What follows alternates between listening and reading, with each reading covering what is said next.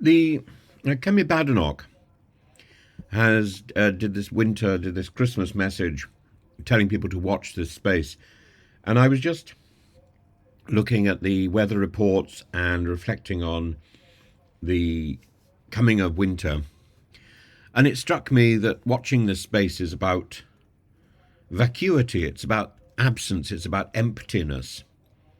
And this is really an image of Ganuka Gap, isn't it? The Old Norse idea of this plain of ice that stretches forever. That's the space, presumably, that Kemi Badenoch's New Year message invokes. It's a statement of vagueness. And it's risky, I think, for a leader navigating a failing Conservative Party in an existential crisis to suggest that what she's got is an absence. What she's got is a void. It's rather like Putin saying, beware the ice. It draws attention to the one thing about Kemi Badenoch that is self-defining. That is vacuity. That is a failure to do anything of purpose. She just slips and slides around, and she is reactive, not proactive, and so on. And rather like Putin, beware the icicles, watch the ice.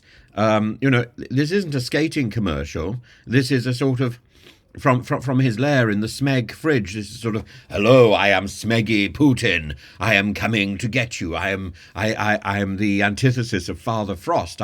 Because as we're coming up, we're now the 3rd of January. We're coming up to the Russian celebration of Christmas, and most Russians will have already distributed their Christmas presents. That's something which is done on New Year's Day, and so the celebration of Christmas itself on the 7th of January is a purely religious occasion.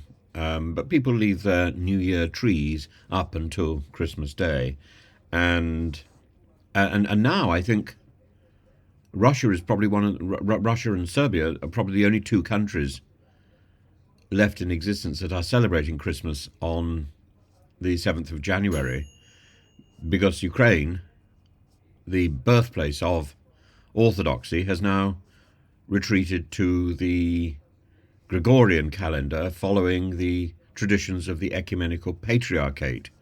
And it is not adapting to the West, it's adapting to the traditions of the Patriarchate of Constantinople, Bartholomew. And this so what we're talking about really is a political vacuum rather than Christmas. The political vacuum that's developing in Russia, across Russia, from the Smeggy fridge, from the Smeggy Putin, to Kemi Badenoch's political vacuum. It's not something we should be celebrating. It's something we should be muttering with embarrassment. Political vacuums, as we know, do not remain empty for long. So I'm sure somebody is eyeing Badenoch's emptiness in the same way as somebody is eyeing Putin's Smeg fridge and wondering if it's time to replace him. I hope they decide it is. It may be worse than we've got now, but at least we will know who we're dealing with, because at the moment we're not dealing with an individual, we're dealing with a concept, and that is particularly worrying, and that has been worrying for a few years. And the Russian high command in the Kremlin has clearly decided that Putin is the only image of authority that it has. And if Badenoch, for her part, were to step in to fill this void decisively, she risks ceding ground to a growing spectre, that is Nigel Farage's Reform UK, if she doesn't do that job properly. If she can actually fill that void, then maybe I think her idea is that she fills that void and she eclipses Farage. It still means that she's out on the limb, out on the edge of the far right. There isn't the same opportunity for Putin because there is no Putin. Putin is his concept. And even if Putin were marginally alive, I don't think he has the energy or the wit or the skill to take real control again. And so he is manipulated by the forces that are within the Kremlin, by these hawks. Farage is equally played by the system.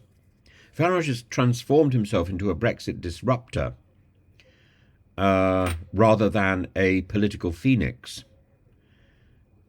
And it's difficult. So even as he tries fluttering into the flames and fluttering into a new spring, with media platforms like GB News and the Telegraph becoming his personal echo chambers, the message that he is giving is one of a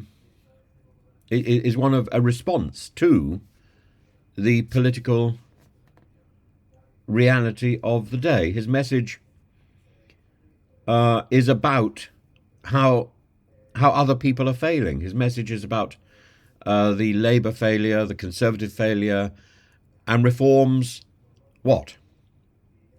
Because he's not actually said what reform does. Is reform the real opposition? Well, you know, a government, a political party doesn't define itself by being the opposition. A political party defines itself really by being a government, and Farage isn't offering that option. This narrative, coupled with Farage's dependence on the digital realm, even if he has a knack for headlines, even if he's fairly savvy, is a drive to the disillusioned, because actually his only message is one of negativity. And then you look at the numbers. At the last election, the Labour and the Conservatives together captured 57% of the vote. That's a historic low. Farage isn't a threat to Labour. He's redefining the political terrain that Badenoch hoped to control. And some Conservatives even murmuring about deals or pacts with Reform UK. This will be a Faustian pact. It may have a lure, but it's a pact about negativity. It's a pact about the empty space. It's a pact about Ganuga Gap. It's a pact about that endless icy terrain where nothing happens. What makes Farage formidable isn't his anti-establishment rhetoric, it's his ability to force debate on key issues, particularly things like immigration.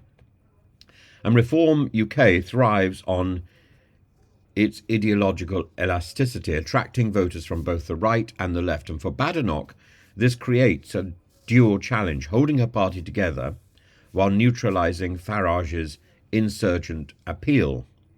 And to add salt to the wound, like some sort of emerging cow out of the ice, Boris Johnson looms. There is a Boris Johnson factor in this landscape, because his memoirs leave no doubt that he's eyeing a comeback, and whispers of his return underscore the Tory party's desperation, like a revival of Nadine Dorries. And while Johnson reminds voters why the Conservatives lost their shrine, he embodies a lingering yearner for charisma, something Badenoch was elected to embody and has failed to deliver because she has none. And Farage's charisma, by contrast, shines forth, but it's a charisma of negativity. All Farage can offer is objection. And Badenoch isn't going to glitter in this icy waste. So far, her little sprinkling of glitter has been lackluster, while Farage dominates the headlines and reshapes narratives, just as he licks this cow into life. Badenoch's leadership feels unfocused, hesitant. So the question is all lost? The Conservatives have a weapon in their arsenal, and that's the economy. And Labour's tax policies, particularly Rachel Reeves' proposed hikes, offer Badenoch opportunity to mount some sort of counter-attack, articulating a clear, low-tax vision that could bring the Conservatives back into the national conversation, not as Farage's shadow, but as a credible alternative to Labour. But effectively, the Conservatives are now on the back foot in this icy terrain, doing the same speech as Farage, but with some sort of, but with the numbers to make something of a difference. But essentially, they are still in that negative space. But time is Badenoch's enemy, as time is Farage's friend. While Badenoch has no breathing space, Labour has. Labour enjoys breathing space. She doesn't. And Farage has as much breathing space as he wants. Badenoch's window to act, probably 18 months, is brutally short. And she has to do more than watch this space. She must fill that space. And fast, with substance, with strategy, with the green roots of spring.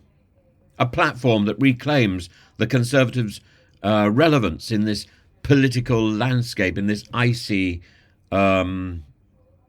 desert. But I don't see her succeeding in that. I don't see her with a chance in hell of achieving anything in this barren world. This is a world of ice and snow. This is partly of her own making.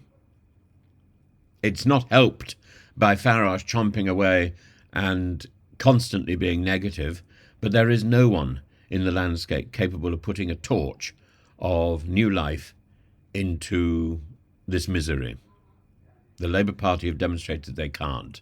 The Conservative Party have demonstrated that it's got a leader who is incapable.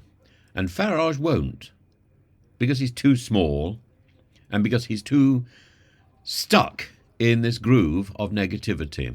I'm not encouraging Farage to be anything other than he isn't. I mean, God forbid a Farage prime ministerial period. It may well be what we will slip into, but it would be no better than the revolving door of Conservatives and Labour politicians that we have got used to. Because Starmer is just Sunak light. And Sunak is just a slightly better version of Liz Truss. And we're in a period, and this is, where does this come from? This comes from the way politicians are chosen and nurtured. They come from the same group, this very small group of individuals who are all manufactured by PR agencies not to cause offence. Actually, what we need is a little eccentricity and a little life. And from that point of view, Farage is probably the best we've got. I'm sorry to say it. Farage is the best we've got.